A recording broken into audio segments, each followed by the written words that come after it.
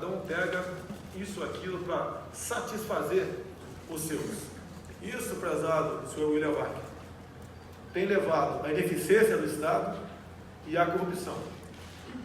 Eu jurei comigo mesmo, se é para fazer a mesma coisa, estou fora. A primeira medida que tomei foi, em 2015, aproveitando um projeto em Brasília, aprovar uma emenda no voto impresso. Eu sou tão criticado pelas mídias sociais por não ter aprovado nada, ou quase nada. Mas isso não vem ao caso. Ninguém lembra do goleiro quando o time é campeão. E por ocasião de começar a fazer uma pré-campanha, um colega jornalista do William Vac perguntou para mim: como você vai conseguir convencer o eleitor brasileiro, 50% mais um, sem mentir? O que é uma coisa orgânica da política brasileira. Eu falei: então não vou chegar. Ou a gente chega de forma independente, ou não chega. Está aqui presente o coronel da Aeronáutica. Eu até tenho usado o nome dele por ocasião de uma possível futura composição ministerial. E nós temos que botar o Neymar lá na frente e não embaixo do gol. Eu falei: em meu ministério terei sim muitos militares. Mas muitos militares? Governos anteriores botou guerrilheiros, terroristas e corruptos, ninguém falava nada.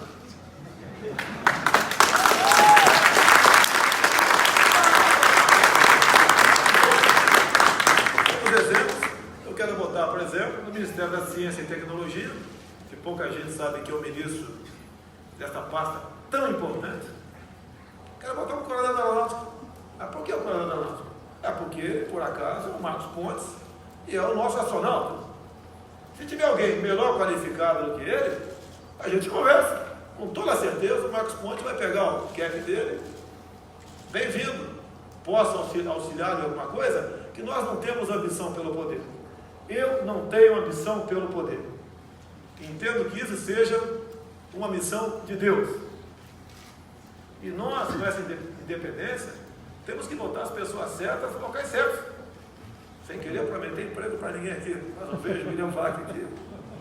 Pessoa excepcional.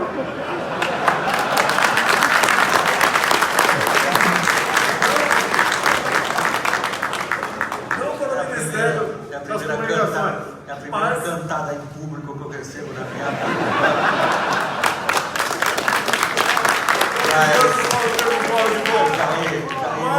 Jair, eu continuo jornalista, assim permanecerei. Mas vamos auxiliar, orientar o Ministério das Relações Exteriores, um ministério importantíssimo, que nos últimos anos, em especial no governo do PT, fez negócios, entre aspas, ou fez política pelo viés ideológico.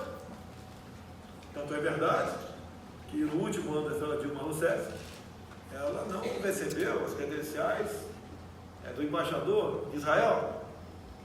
E falando de Israel, eu estive lá. Eu costumo ir, para ver como é que funcionam as coisas. Lógico, uma viagem rápida, não deu para ver muita coisa. Deu para ver a agricultura deles, o deserto e a piscicultura no deserto. Isso deu para ver. Mas olhem o que eles não têm e o que eles são. Nem petróleo eles têm. Olha o que eles são. Quando te vem aqui para o Brasil, olha o que nós temos e o que nós não somos.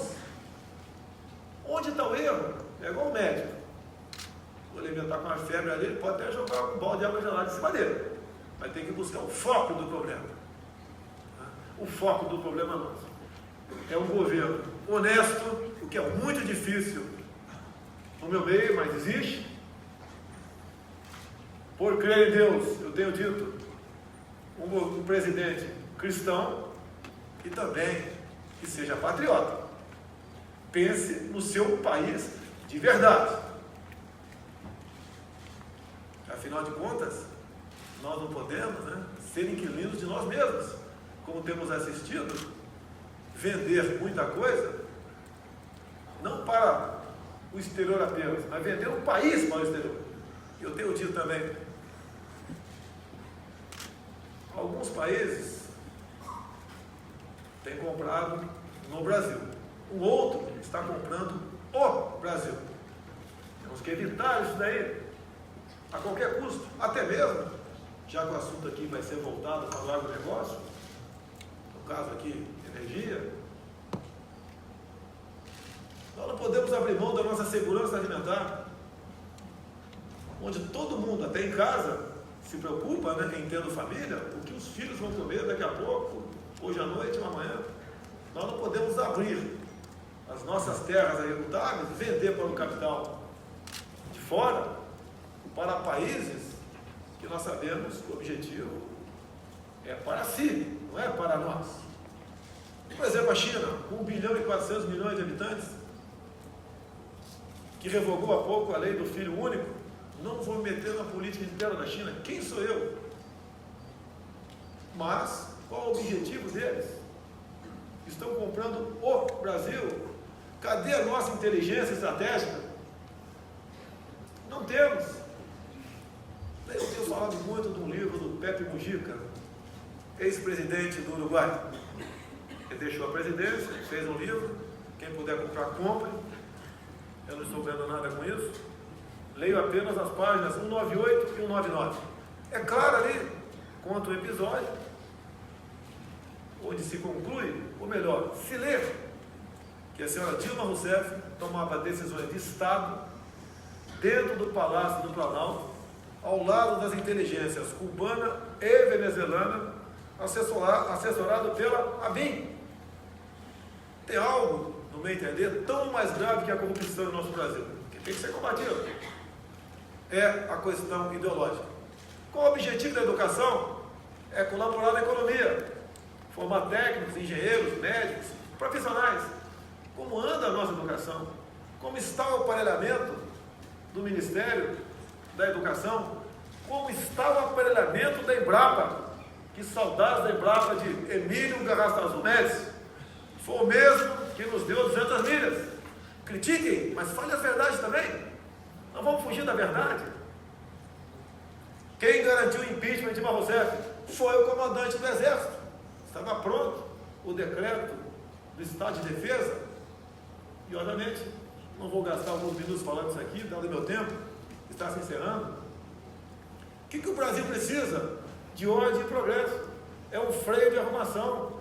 Quando eu falo em botar um general ou um coronel no ministério, é pelas suas qualificações, não pelo seu posto, mas o posto ajuda a dar uma segurada nos desejos mais primitivos da nossa classe política.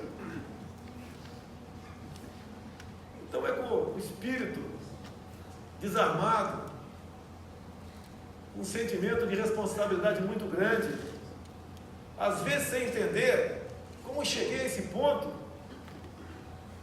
Talvez a resposta seja muito simples. Simplesmente eu sou diferente dos outros. Comigo, vocês podem errar. Com os outros, tenho certeza, já erraram.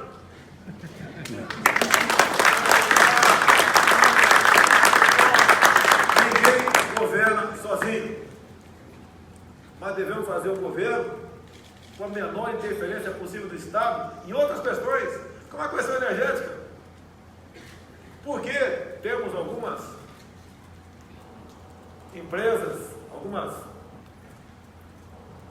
empresas que faliram no Brasil, estão falindo, como a questão agora da produção de álcool e açúcar,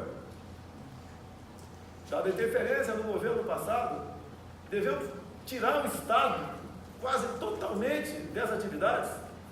Não procurei o senhor Paulo Guedes como um cartão de visita. E ele não aceitaria isso. E pela idade e a experiência que ele tem, sabe onde nós queremos chegar. É o meu consultor no momento. Mas, por outro lado, não se pode falar economia sem segurança. Nesse fim de semana, almocei com alguns médicos no Rio de Janeiro, um famoso, e falou que uma vez por semana vem operar em São Paulo porque os seus pacientes, têm dinheiro, obviamente, né? Não querem ir para o meu estado do Rio de Janeiro, tem de vista a questão da violência, armamento, mais do que defender a vida do cidadão, a arma defende a liberdade de uma nação. Por isso, meu propósito não é armar todo mundo, jogar a arma para cima, quem pegar, pegou, não. Com critérios. Mas vamos expandir a posse de arma de fogo. O porte está mais reduzida. Vamos aprovar, se Deus quiser, com a ajuda do parlamento, obviamente, o excludente de ilicitude, não apenas para o agente de segurança, o policial civil e militar, em operação, responde, mas não tem punição, mas para valer efetivamente para nós o direito à legítima defesa, porque eu posso ter uma arma dentro de casa, porque eu posso ter uma arma de casa, senhores e senhoras, não, ou quase impossível ter uma arma dentro de casa. Bem, o tempo está acabando. Agradeço aqui a oportunidade. Eu já dei uma maciada no VAC para não atirar muito forte de mim. Mas muito obrigado pela oportunidade. Brasil acima de tudo, Deus acima de todos. Muito obrigado.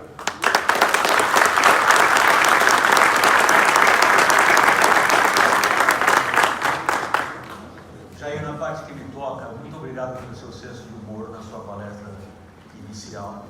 Tem faltado um pouco humor no Brasil, eu agradeço o seu. Vamos agora à questão política que você destaca nas suas palavras iniciais e que eu destaquei uma das suas frases, ela é: ninguém governa sozinho. Não é difícil, pela experiência que você tem e que o Onyx também tem, de Congresso Nacional, de Câmara, imaginar que o próximo governo, seu ou não, será um governo minoritário. Num ambiente onde boa parte das bancadas já se prepara para um eventual próximo impeachment. Como você vai governar? Bem, vou levar aqui toda a sua experiência. Estou com 63 anos, está mais ou menos na minha faixa etária, né? Temos meia noite. Mas a tua pergunta é quase uma afirmação. Continuemos governando, toma lá da cá, ou não vai ter governabilidade? Isso eu chamo de roubabilidade. Pode me caçar um dia sim, mas não vai ser por omissão nem por corrupção. A questão do 11 da Amazônia, 60 parlamentares mais ou menos. Eu sempre fui independente. Tanto é que o Joaquim Barbosa disse, por ocasião da leitura do seu relatório da ação penal 470, mensalão, traduzindo o que ele falou ali, quando citou meu nome, eu fui o único parlamentar da base aliada que não foi comprado pelo PT. A imprensa não falou nada do que eu dizer. Tudo bem. Então esses parlamentares, e vai ser a nossa base. E também aqueles que porventura chegarão lá para buscar o entendimento. A situação como está a economia do Brasil. Quem quer o Ministério do Transporte se não vai ter recurso para comprar 1 metro cúbico de massa asfáltica para tapar um buraco? O Brasil está nessa situação. Quando se fala em, não é apenas economia, como já disse, né? Sem segurança não tem economia. Como vai fazer com que entre mais água no caixa do Tesouro, sem aumentar imposto? Afinal de contas, o senhor Laffer passou o largo do Brasil. Curva de Laffer, passou o largo do Brasil. É desburocratizando, é desregulamentando. O governo da Colômbia se elegeu agora, basicamente, com 2 bandeiras muito fortes: combate ao tráfico e desregulamentação. Agora, quando chegar, você tem que mostrar suas armas, apresentar isso daí. Quando eu tive em Roraima, que o governo está com problema agora para pagar a energia elétrica de Guri, de Roraima, que vai lá para, beleza, que vai para Boa Vista, em grande parte. Como fazer, por exemplo, uma hidrelétrica, apesar de termos outras matrizes lá, ok? Lá tem muito bom para eólica, para solar, talvez aí pela cana-de-açúcar também. E se a gente conseguir resolver esse problema, por que não teríamos o apoio da bancada de Roraima? Se nós, a questão da bancada da segurança pública, aqui o Major Olímpio nos acompanha, que interessa a todo mundo a questão da segurança, são esses homens que têm que discutir segurança. Não, eu posso até discutir, mas esse é muito mais conhecimento do que eu. Quando se fala em bancada evangélica, o que o evangélico pede? Questão de ideologia de gênero. Fui agora à Ásia, olhar um pouco como funciona a educação lá. Lá não existe isso, eles nem sabem o que é isso. Então a gente começa a atender a bancada ruralista. O que eles querem? Eles querem segurança no campo. Não aguentam mais invasões. Temos aqui alguns colegas, como o coronel Davi presente aqui, tá? Entre outros aqui de Mato Grosso do Sul, tá? que falaram, e é verdade, tem mais de 100 fazendas invadidas lá em Mato Grosso do Sul. Estive no Maranhão agora, lá não se faz, não se faz a integração de posse. A Polícia Militar não faz porque o governador não quer, que é o chefe supremo das Forças Auxiliares. Será que a gente resolver esse assunto? Quem sabe seja obrigado a ter uma tropa especial, ou delegar essa ação, essa missão para as Forças Armadas, ou Forças de Segurança? A gente vai atender o homem do campo? Os garimpeiros do Brasil, que são tratados como bandidos, o próprio produtor rural é tratado como bandido no Brasil. Será que nós conseguimos, por exemplo, tipificar como terrorismo as ações do MST? A gente não vai ter o apoio da bancada ruralista? Será que nós tirarmos da legislação, por exemplo, a multagem por ato tendente? Nós buscarmos fazer com que acabemos no Brasil com a indústria da multa eletrônica, que é um fator que o caminhoneiro brigou e com razão a situação deles. Será que a gente buscar soluções dessa forma, que estamos botando no papel do Zé, empresário do senhor Levac, a gente não consegue um apoio que se é para conseguir? Jair, com sua licença, porque nós temos 15 minutos. Desculpa. Sua primeira resposta foi de quase 5 minutos. Eu queria colocar o Caio e o Ricardo Seis também como debatedores, por favor. Se você concluiu o raciocínio, pergunta. Não, tá. Eu acho que... Bem, senhor Bolsonaro, o negócio dessa gente toda que está aqui é talvez o negócio de maior risco que nós temos no país. E, na verdade, o tratamento que se recebe, digamos assim, nos últimos anos, os governos têm sido absolutamente o oposto dessa importância. Nós conseguimos, nesse governo de transição, aprovar o RenovaBio, que é um programa justamente voltado para a descarbonização dos combustíveis. E será justamente regulamentado durante o próximo governo, não esse que aprovou. Queria ouvir sua opinião. Eu tenho uma linha que o Brasil precisa de menos leis, menos decretos, menos portarias, menos normativa, mas essa é bem-vinda. Nós temos que regulamentar isso aí e dar prosseguimento até por um acordo assinado há pouco no Brasil, na França. E quem vai fazer isso aí? Não vai ser eu, vou fazer eu, fisicamente. É quem entende do assunto. Pessoas isentas que serão colocadas no Ministério certo para buscar realmente a implementação dessa questão. E nós queremos isso daí sim. Agora, deixa bem claro, a cana, o etanol, regredindo, tem que ter uma área para ser cultivada. Certo? Nessa área, se o produtor rural não tiver segurança jurídica, não afastarmos a emenda constitucional 81, que relativizou a propriedade privada, que tudo passou a ser análogo à escravidão, e tendo em vista, em parte, o aparelhamento do judiciário, isso tudo deságua em ações para expropriação do imóvel rural, mas vale para o urbano também. Não temos como sonhar e dar prosseguimento a essa proposta maravilhosa. Precisamos sim, quanto mais independência de energia tivermos, melhor. A questão do etanol é muito bem-vinda, temos como tem abundância aqui, e até mesmo exportar. Então, a regulamentação ocorrerá sim. Ninguém mais do que eu, ou que vocês todos, sabem que sem energia o Brasil não vai para frente. Então, aproveitar o tempo aqui, que temos só 7 minutos, muito curioso para saber algumas das propostas no campo econômico do senhor. O senhor tem uma questão que fica difícil para a audiência entender. O senhor tem um histórico no Congresso de ser contra várias privatizações, o senhor, se não me engano, votou contra o Plano Real, recentemente o senhor votou contra o Cadastro Único Positivo. O senhor, quando faz referência ao processo de desenvolvimento do Brasil, sempre se refere ao período militar, que o senhor deve saber que foi o período que mais criou estatais no país. Então não tem nada a ver com o discurso, e aí que vem a minha pergunta, não tem nada a ver com o discurso que o senhor faz, em particular vinculado ao Paulo Guedes, que a gente conhece, assessorou a equipe econômica do Pinochet, foi um extremo liberal, oposto, exatamente oposto do que foi o regime militar brasileiro, talvez 180 graus do que foi o regime militar brasileiro, do ponto de vista econômico, sendo que o resultado foram os opostos, né? Aqui o regime militar brasileiro, que o senhor toda hora cita, entregou o país com uma hiperinflação, com um problema fiscal cavalar e com uma participação do Estado na economia, talvez a maior da história do Brasil. É no período democrático que a gente tentou corrigir a superinflação, corrigir a questão de fiscal, e de alguma maneira implementar alguns projetos que têm a ver com um desenvolvimento mais sustentável. Como é que o senhor explica essa contradição? O histórico do senhor e as referências no discurso são muito estatista, muito anti-reforma, muito anti qualquer tipo de liberalização do processo econômico, e aí o senhor vem e fala que o seu principal assessor econômico é o Guedes, que é um ultraliberal que defende inclusive a privatização da Petrobras. O senhor precisaria se posicionar. Nesse caso recente da greve dos caminhoneiros, que foi parte greve e parte lockout, o senhor acabou apoiando essa greve, esse movimento. E aí resultou num tabelamento de preços, subsídio ao diesel e, simultaneamente, nós tivemos um problema de concorrência vinculado a esse modelo de tabelamento. O senhor poderia explicar um pouco melhor a visão? Sem problema nenhum. Primeiro que o ser humano evolui. Ele está falando sobre respeito ao troglodita. Plano real, votei contra, sim.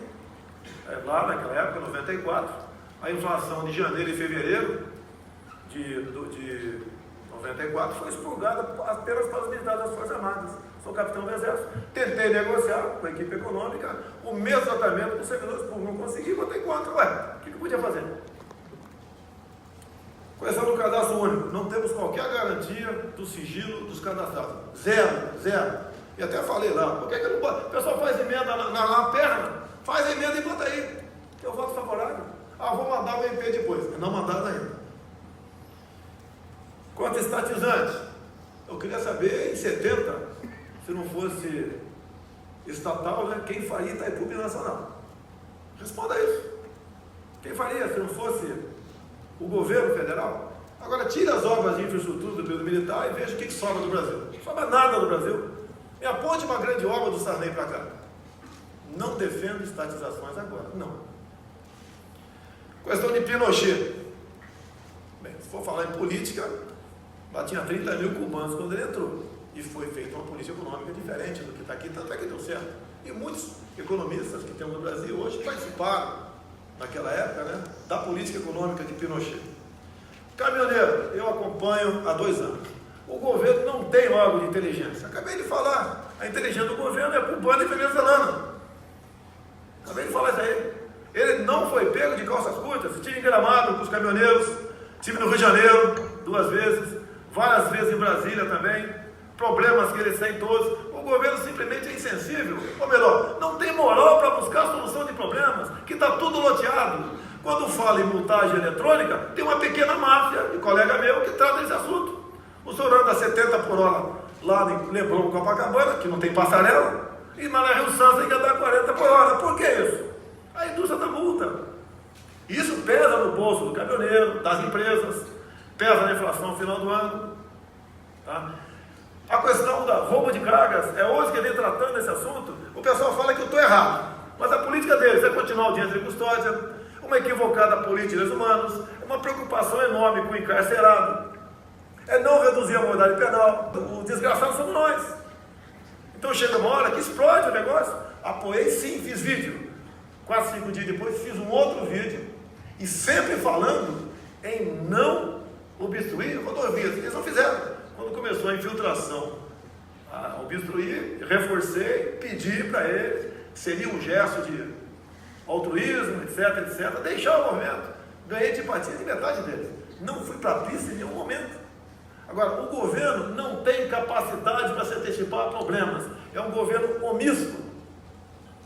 É um governo que não se expõe. O que moral vai se expor também, né? Dessa forma de fazer política, não estamos lá da cá, como é que vai fazer uma política sadia para o seu país? E as mudanças acontecem. É natural. Muita coisa que, se fosse hoje, não teria feito ontem, com toda certeza. Deixa eu pegar então o último minuto aqui e voltar para um ponto que também acho que é uma questão permanente sobre a sua candidatura, deputado, que é a questão da governabilidade. O senhor se referiu aí a montar uma bancada, talvez ad hoc, né, posterior a tomar a posse. Mas a gente precisa lembrar, talvez, que um pouco histórico, ser bem rápido. O histórico do senhor foi aprovar, ao longo dos 24 anos, 1 ou 2 projetos, o senhor nunca liderou uma comissão, relatou um projeto importante. Como é que de uma hora para outra o senhor, que em 24 anos não conseguiu montar uma coalizão mínima, conseguiria no dia 1º de janeiro? A pergunta é complexa.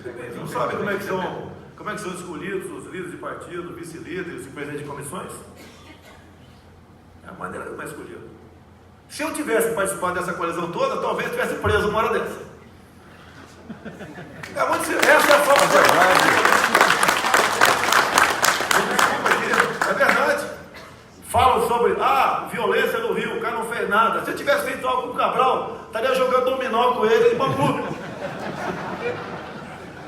Que a maneira de fazer política atualmente é essa. Essa é a verdade. Que o povo brasileiro não está acostumado a ouvir. Faltam 30 segundos. Faltam 30 segundos. Posso elogiar o Levac de novo? Se for em tom de piada, eu adoro. Mas nós perdemos, pelo politicamente correto, esse espírito de brincar. Não pode brincar por mais nada praticamente. E eu exagero de vez em quando as brincadeiras, por isso sou réu no Supremo Tribunal Federal. Mas isso vai mudar no Brasil, se Deus quiser. Muito obrigado.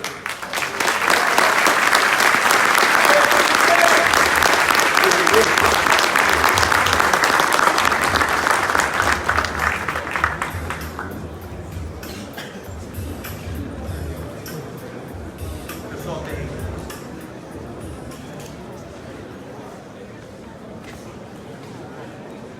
tem um coffee break agora, um oferecimento da Iris. A gente volta às 15h25, até já.